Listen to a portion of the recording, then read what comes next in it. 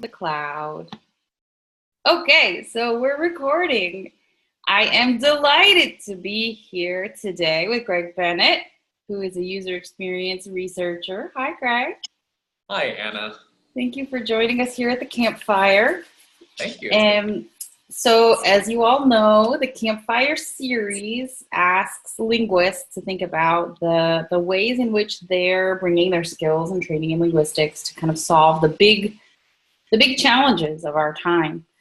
So I'm going to be asking Greg to share with you a little bit about his transition into this work, but then also kind of how it is, what kinds of things that he does to solve pressing challenges of today. What does being a UX researcher mean, and what does being a linguist in UX research mean? So today is September 16th. Next week, we have Catherine Tickner, who's going to be talking to us about health. And on September 29th, localization. So we're getting lots of bits of data in this, this process of discernment.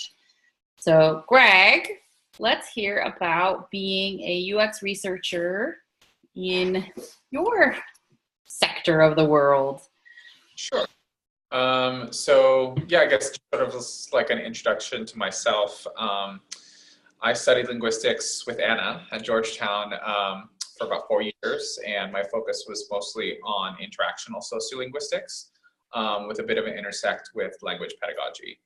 And toward the end of my time in the grad program, I ended up focusing mostly on digital discourse analysis and trying to understand more about how users communicate online and negotiate identity, but also stance taking and things like,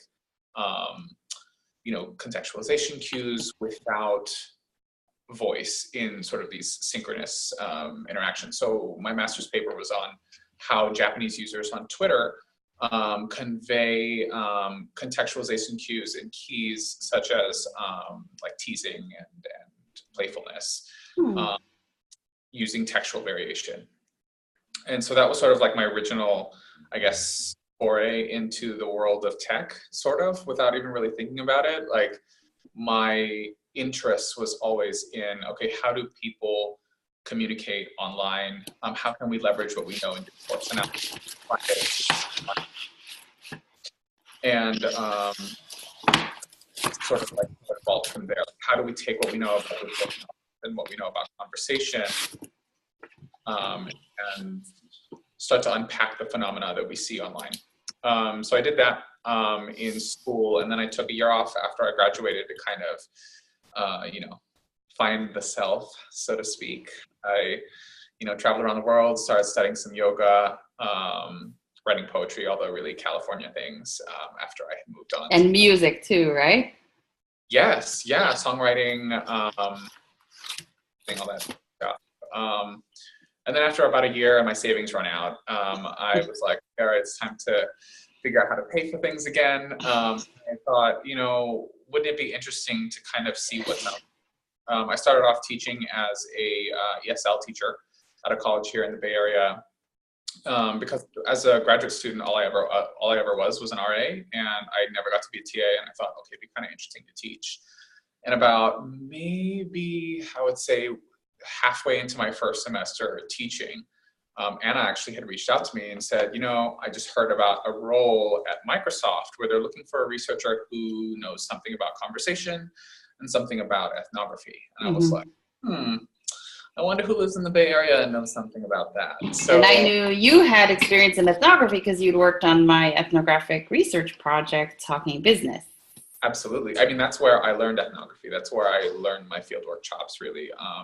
And you had taught a guest lecture in our sociolinguistic field methods class. So between what I got from your lecture and what I learned in that class in terms of methodology with ethnography and interviewing and survey writing and all that stuff, plus my experience working on your Talking Business project, I felt comfortable tossing my hat in the ring because I was like, I know how to talk about ethnography and I know how to talk about talking. And did you talk about I know that you did work with the Good Stranger project. Was that something that you would also call an ethnography? Um, I think I would call that more of an ethnography in the sense of UX. Mm-hmm. So with Talking Business, that really felt like an ethnography in more of the traditional academic sense, where I actually went out into the field and took months and months and months of just letting the data speak to me. With the Good Stranger project, it was more like I didn't go out in the field myself, but I was analyzing data secondhand, and sort of piecing together sort of this like secondhand ethnography, and using the tools that I learned from doing ethnography firsthand to be able to analyze the data in a systematic way, and then use that for the sake of applying it to the development of a product. Mm-hmm. So the Stranger project was really that. Now I was actually doing that around like shortly after maybe my first year doing the Talking Business project. Right. And then that was sort of like the next evolution of my application of ethnography to work. And that was before I knew it, before I even knew what UX was. That was really my first foray into UX, because doing research for the sake of building a product. Yeah. Cool. So yeah, taking all of those experiences with me, I kind of thought, well, hey, you know, if Microsoft listens, great, but if not, well, that's fine, but we'll see. And so I tossed my hat in the ring, and it was actually a really interesting experience. Anna had forwarded the email to me from someone that she got in the Bay Area, or that she knew in the Bay Area. She got it from someone in the Bay Area who knew the hiring manager. And I thought, well, I have absolutely no connection to Microsoft, but in the offhand chance that the hiring manager knows the person who handed this off to Anna or knows Anna, I want that hiring manager to know that context. So I just attached the entire thread to an email of the hiring manager and said, hey, you know, as you can see below, I've been piped into this conversation. I'm really interested in the role. Would love the chance to interview if possible. Here's my CV. And I had a CV at the time. I didn't have a resume. So I had this like 8-page long document that I just threw at them. And I figured I'll just toss my hat in the ring and see what happens. They emailed me back and said, hey, can you come in for an interview? And I was just like blown out of my mind. I was like, what is happening? Because when I was a graduate student and when I left graduate school, my thought was I would never have access to tech because I didn't study computational linguistics, or I wasn't a quantitative researcher at my core. Mm-hmm. I mean, I had learned some things about quantitative research, knew a little bit of stats, but that wasn't really like my concentration or my specialty in any way. I'd always sort of like rely on fellow colleagues for whom that was a little bit more of their concentration to get help on that kind of thing. Whereas my specialization was really in the qualitative analysis of stuff. And so I figured as a qualitative researcher, and particularly someone who identifies as linguist and has linguistic training, I kind of thought, I don't know if there's room for me in tech. I didn't not even think that, but really just assumed that tech would be inaccessible to me until Anna sent me that email. And so the fact that I was going to go have an interview at Microsoft to talk about language and ethnography, I was like, here we go. Especially after everything that I had done with my paper on Twitter. It was just super exciting. So they brought me in and they were like, so we work on Cortana. And I was like, oh my God, that is so cool. Like, of course, that makes sense. Why would they not have someone on something like this who knows about conversation? And Cortana is a user interface. For folks who don't know what Cortana is, it's basically Microsoft's answer to Siri. Mm-hmm. So if you have a phone and you activate Cortana or Siri, it's a digital personal assistant. You can input conversational data essentially with text or with voice, and then it will interact with you to accomplish tasks and help you get things done during the day, or even be amusing and tell you jokes and sing songs.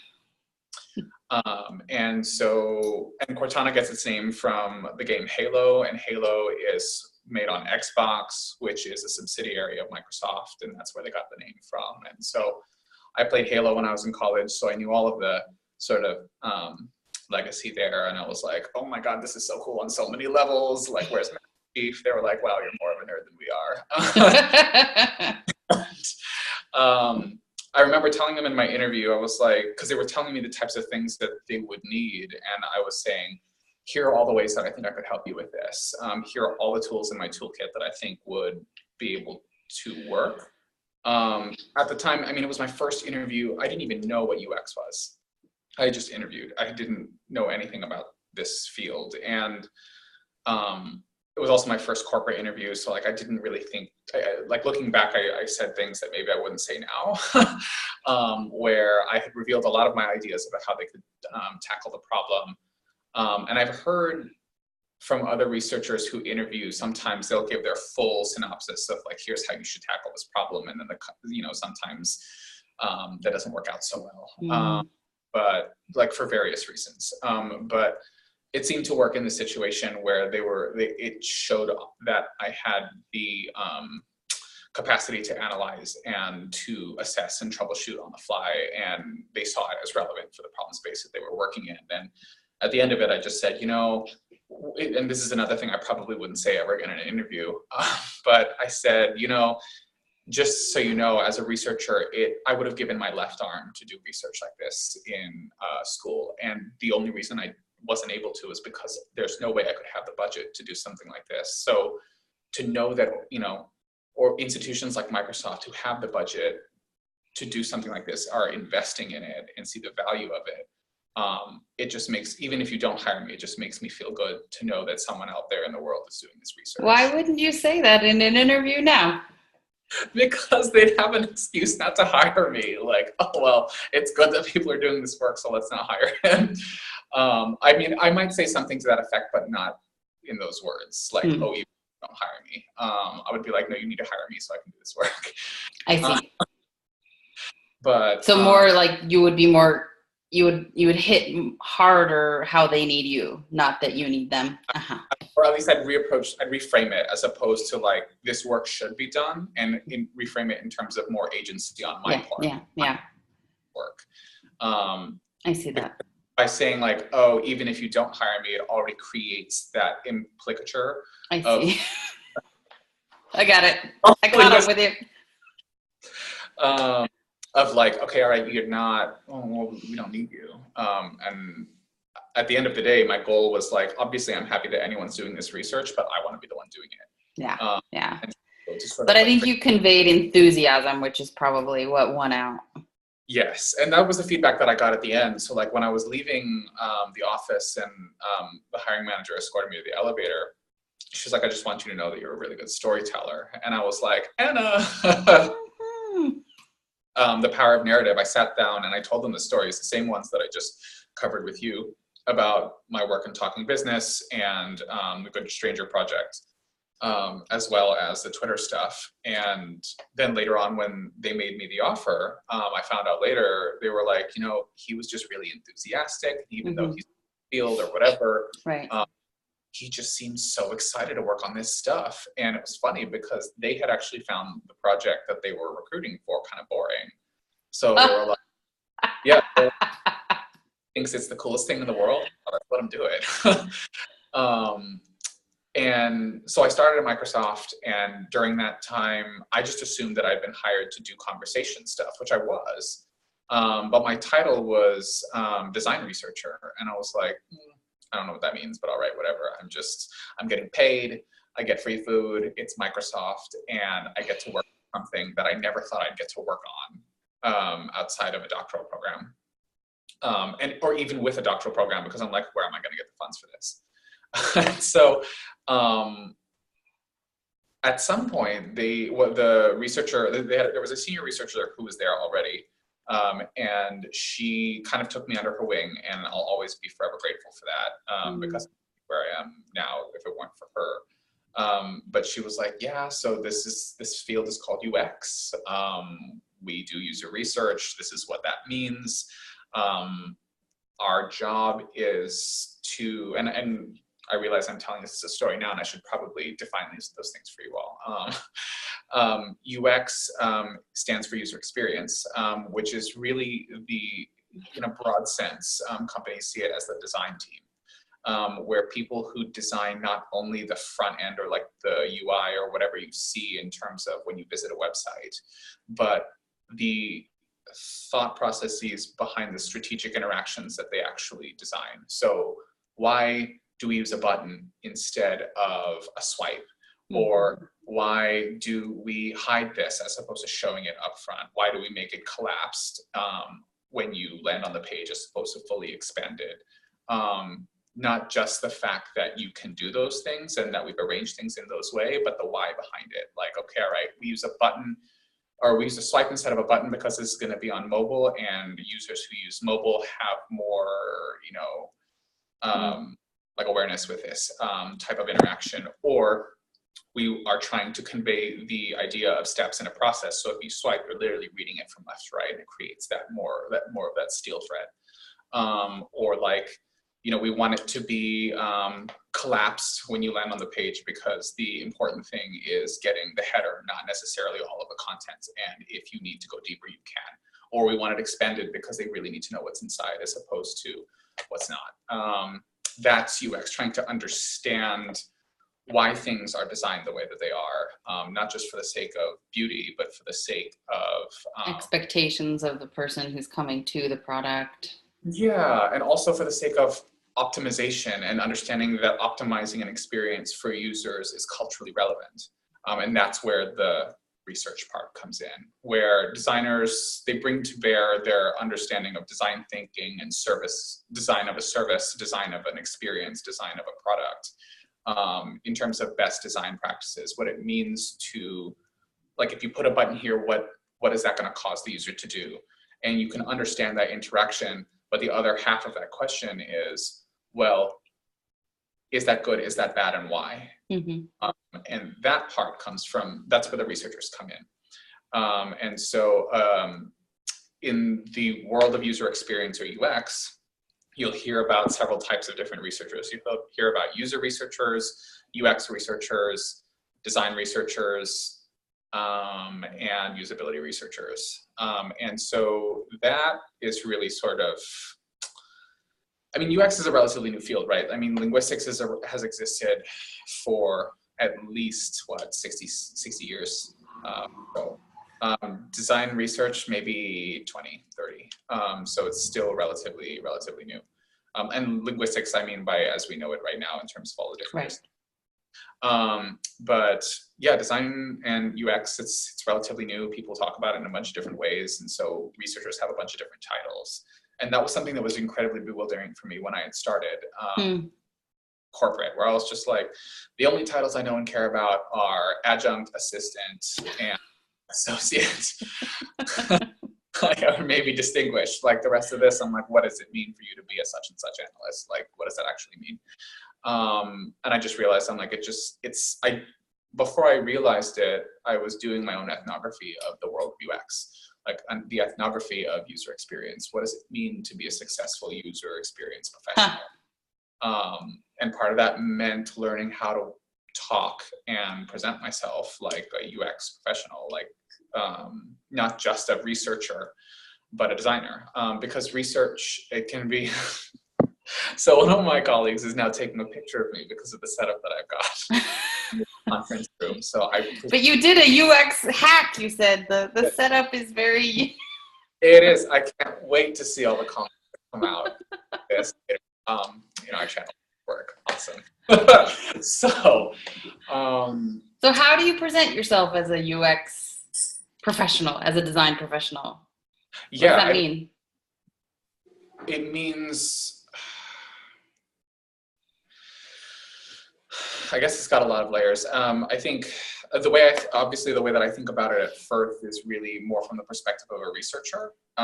So how to talk like a UX researcher means being able to talk the language of design, but not necessarily having to do all of the design. So like, it was bewildering for me at first because I'm like, I'm not, like, design is sexy. It's very sexy, and research isn't as sexy as design as much as I think it is. It's just not perceived that way, because you can visually see design. You can see that it's pretty. You can see how it's impressive, and it's intimidating to folks because it's like it takes a certain skill set for you to be able to build something that's pretty and that people admire. With research, it's data, and so data doesn't always look that pretty, and a lot of the times, and one of my mentors in graduate school, Debbie Schifrin, taught me this, a lot of the times the best research that is done is the type of research that reveals something that's very obvious. And so research gets perceived as this thing that anybody can do it, or it's,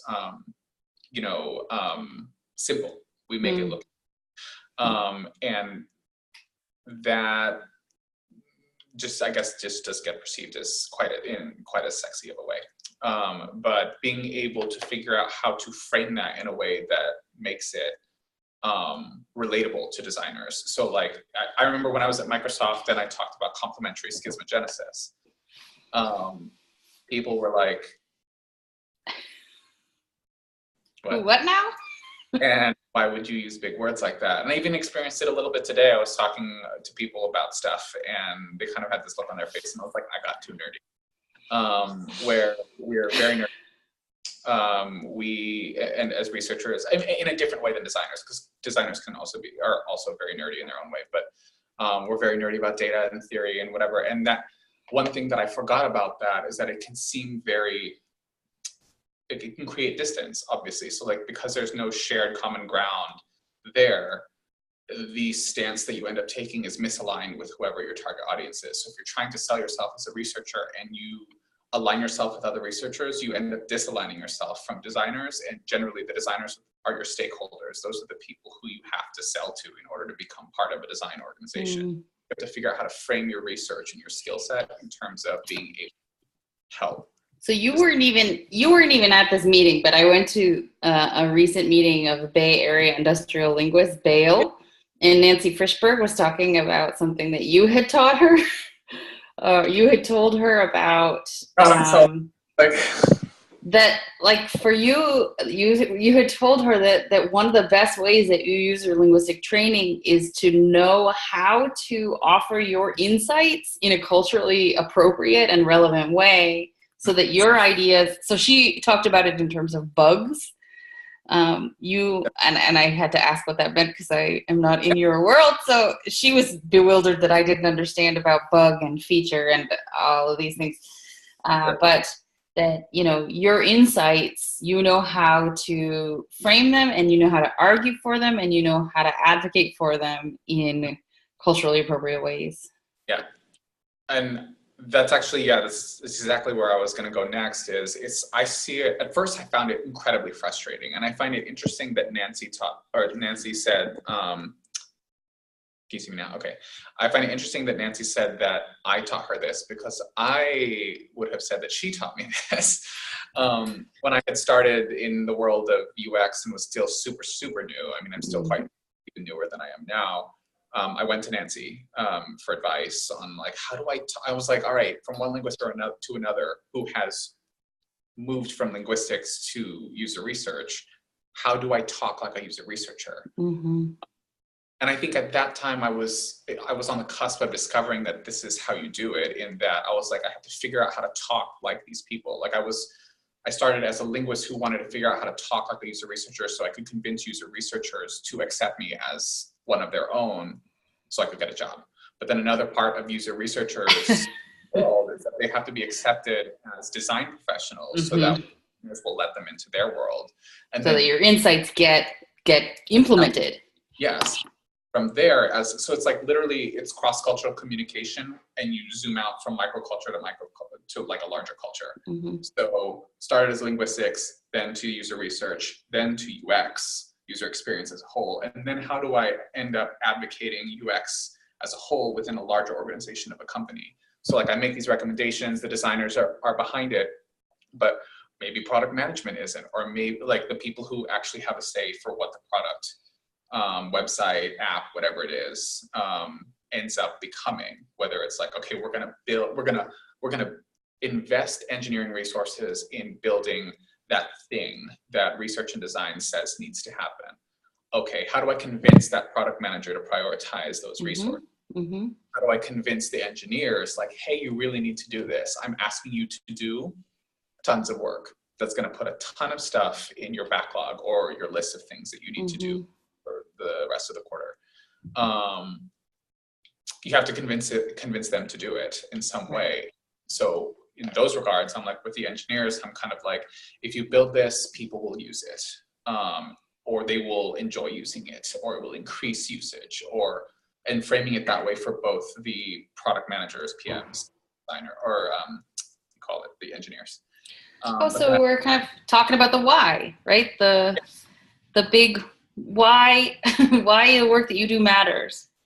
So it helps. Why does increased usage matter in your world?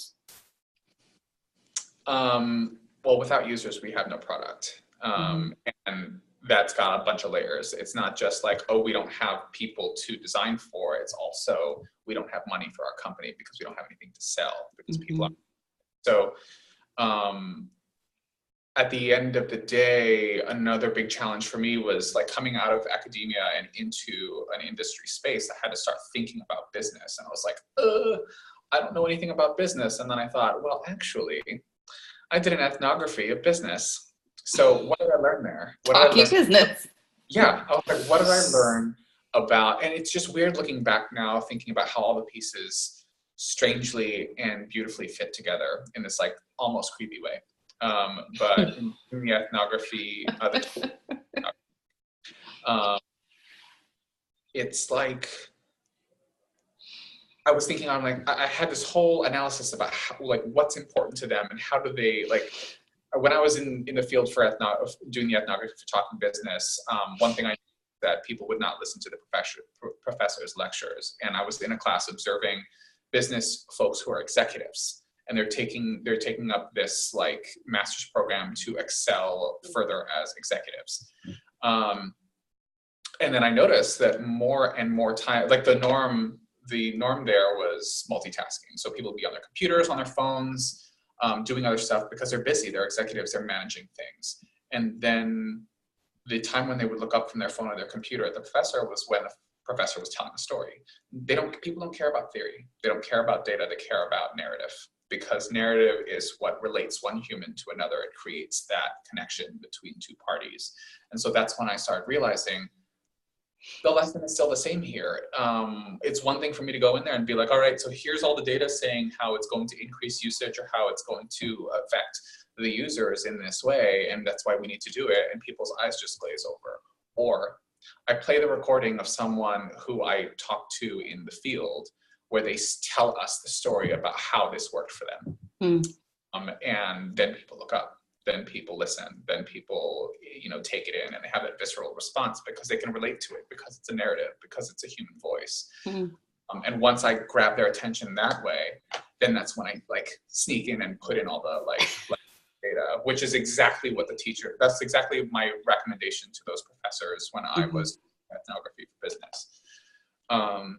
So yeah, it just continues to be leveling in that regard. Like as I end up having interactions with folks who are not just like heads of design, but like heads of like product, like people who are like executive vice presidents and in control of millions and billions of dollars of revenue. I'm like, how do I convince this person to value what I found or to make a change in this way? And it's an incredibly intimidating thing for me, but because I'm just like, I've never thought about money in that way, and I can't imagine the kind of responsibility and pressure that person must feel. But what do they value? And so I sit down and ask them, like, okay, what keeps you up at night? Like, I literally approach it like I would any research project, where I'm like, okay, you are now my participant. I'm doing an ethnography of executives. Of supplant and executives in this particular culturally relevant context. So I'm doing an ethnography of executives at my company to figure out like, okay, what makes you tick? What's valued here? And then how do I figure out how those values relate to what I found? And my values too. Like if our values, like if my value in terms of like this research misaligns somehow with their value, how do I find the common ground? And then that's where I go, where I'm like, all right, so at the end of the day, your goal is, figuring out how to deal with resourcing issues. Well, if we move it this way, then things get distributed more in a broader way, and then we don't have to spend, more resources on this. Or if your your goal is really to like close more business, I'm kind of like, all right, well, like having people want to use your product, that's a pretty big indicator of whether or not they're going to buy it. So let me tell you how that's possible. So yeah, it's just literally applying that sociolinguistic field method at every level. It's tough because I'll hear other people talk like, I just can't get through to this executive, or I just can't get through to this PM, or I can't get through to this engineer. And I'm like, well, have you sat down and talked to them? Have you heard their side? Have you asked them what's going on? And they're like, oh, well, maybe, I don't know. And I'm kind of like, all right, so maybe we should do that. Maybe go out to the field and you do some interviews and we figure it out, and show me the data. And that's, so now when I reach an impasse like that, I look at it as a really exciting research opportunity where I'm like, it's constantly listening, constantly analyzing, and sort of discourse analysis on the fly.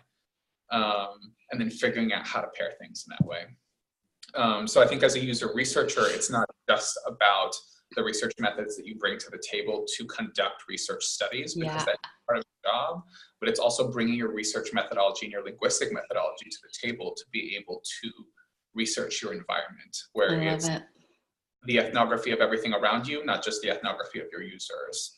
And that's what allows you to be successful. Yeah. So what advice would you have? We're coming up on our time, on the end of our time together. So what advice would you have for someone who's trying to break into this world? I mean, the advice that you're giving right now is tremendously valuable. Any other tips for somebody? I mean, I had lunch yesterday with some PhD students who were asking me about tech and saying, qualitative researchers, is there space for us in tech? And I was thinking that this interview would be great for them, and I'm going to tell them to watch this interview. But absolutely, what advice would you give? My advice would be several things. The first thing would be, all right, you're a PhD student, read.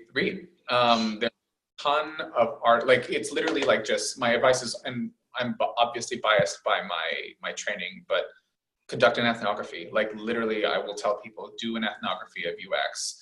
Are you interested in a particular space? You're interested in text to speech or voice technologies. All right, go online, check out, Bloomberg, Business Insider, TechCrunch, and then just start filtering for those things. Look at Vox, look at Medium, because people will start blogging and posting about these topics in some way, and then just read, see what their values are, what their challenges are. What their challenges are, but also I'm like, when you read a blog post or you read an article, it reads like a narrative, and we're thinking about the 6 parts of narrative. What is that abstract? What is that coda? What's the evaluation? What's the punchline? And extract those things and see, do those align with what I want? Is this something I'm even really interested in? Because as much as I am a huge advocate for linguists being user researchers, because I totally think we need more linguists as user researchers, whenever anyone asks me a question, oh, what should I do to get in the field of UX? My question, thanks to you, Anna, is why go into UX? And you should understand that for yourself. Like, I want to work in UX because it allows me to move very fast and research and touch a bunch of different things that I want to be able to do all at once, and allows me to sort of use my research capacity in more than just like a sort of linear track way. It allows me to use my research talents in every possible way. But yeah, reading articles online for sure about the tech space, that will also people start to talk like people in tech, because you'll also need to know something about competitors. So what's the landscape like? Like Microsoft Cortana, I had to know about Apple's Siri and Google's Google Now and Amazon's Alexa, because these companies are competing in the same space. What do I see about those other competitors, and how can I leverage what I know about that to improve Microsoft and possibly put them ahead of the pack at the time? What's another piece? I think reading some books. So there's some really, really great books. One of my coworkers, Kathy Baxter, wrote the textbook on, which is incredibly intimidating, wrote the textbook on user research and methodology, and it's called Understanding Your Users. So it's by, I think, Baxter, Courage, and Kane. You can find that online. I'm happy to like provide links and stuff for this. Sure. Afterwards, but literally trying to understand what research methods are in user research. So we know what the methods are in linguistics, we know what we call them in linguistics, and a lot of them are similar in user research, but maybe they're just named something differently. And being able to talk about research methodology, that's going to be what gets your foot in the door with researchers. So like understanding like what's the difference between user research slash UX research and usability research. What are the methods? Like, you know how to talk about ethnography, you know how to talk about, interviewing and surveys. Okay, at what point in the research process is it appropriate to use which method? And then within the research process, how does that fit into the overall design process of like, all right, are you just thinking about building something or designing something, or have you already built something and you just want to figure out if there are problems? And where do the methods fall along that trajectory? That's going to be able to help you start talking about being which method when. Yeah. Yeah, I was just talking, I gave a workshop on Wednesday with young undergraduate linguists, and I was saying this is a big advantage of linguists is that because we have so many methods, we are trained to argue for which method when and why. And because of that, we can do X, Y, Z. It's not something that we take it for granted, but it's not something that every field has experience in. Yeah. Another thing I would suggest is also to figure out how to pare down your resume or pare down your CV into a resume. So like when I had learned more about UX research, I approached that other senior researcher and was like, hey, so what should I do? She was like, well, you can't send that CV to anyone because no one's going to read it. And so I was like, well, what do I do? She's like, make a resume. So I created a resume in like Times New Roman font. And she was like, all right, that's fine for researchers, but because researchers have to convey and sell you to other designers look at it. If it's not,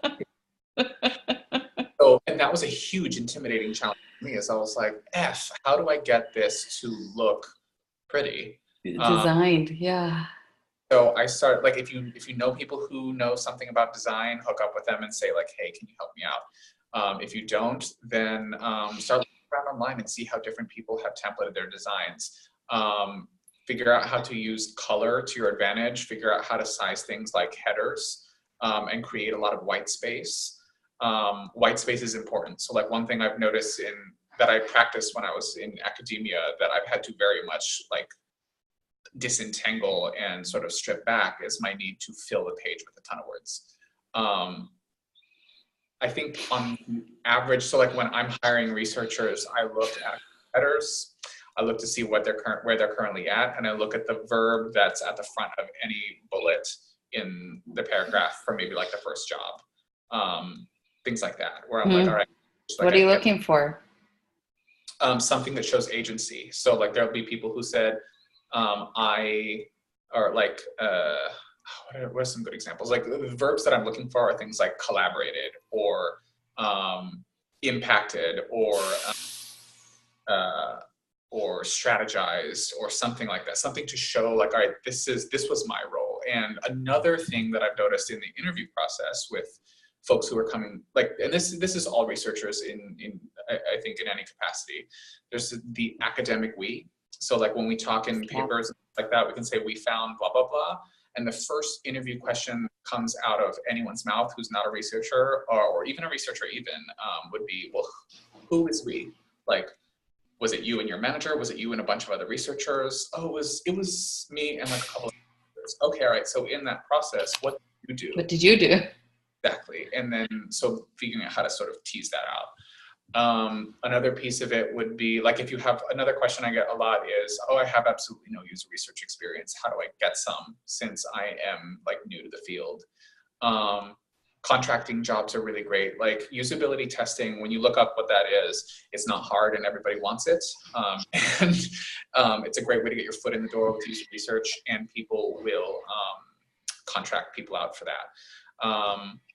Another piece of it would be like volunteering. As weird as that sounds, one one of my mentors in user research, she told me, she was like, you know, what do you do for social life? And I was like, I attend a yoga studio, I practice yoga, you know, I have friends, I go to concerts. And she was just like, all right, like if you go to a church or a knitting group or a yoga studio or whatever it is, you know, do they have some sort of online presence? And if so, how can you bring your research methods to bear to improve their organization in some way? So I was at a yoga studio and I was like, all right, like I'm helping them with their website or whatever. How can I maybe run a usability test or look through the book of methods in a super safe environment? There's absolutely no pressure. And like worst case scenario, if it goes bad, no one sees it. Best case scenario, you've got something that you can show people in an interview in a portfolio. The research portfolio is its own thing. I have a lot to say about that, but I don't know if I've got enough time. Well, let's say if people have questions, how do they follow up with you?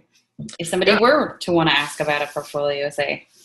Yeah, absolutely. Reach out to me on LinkedIn. It's LinkedIn/GAB45. I have a bunch of stuff that's on my website, gabennet.com, GABENNETT. Like my resume is on there. It's not up to date, but you can take a look and see how it's a little different. And my academic is also on there, so you can see. Excellent.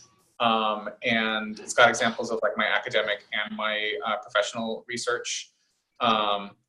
And yeah, I'm always happy to chat. My email is also on there and my contact info. So you can get a hold of me, and that's general.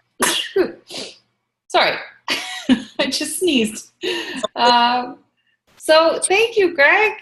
This has been so helpful. Of course, I'm glad. I'm really glad. I'm super passionate about both fields. I think they're more closely related than many people think.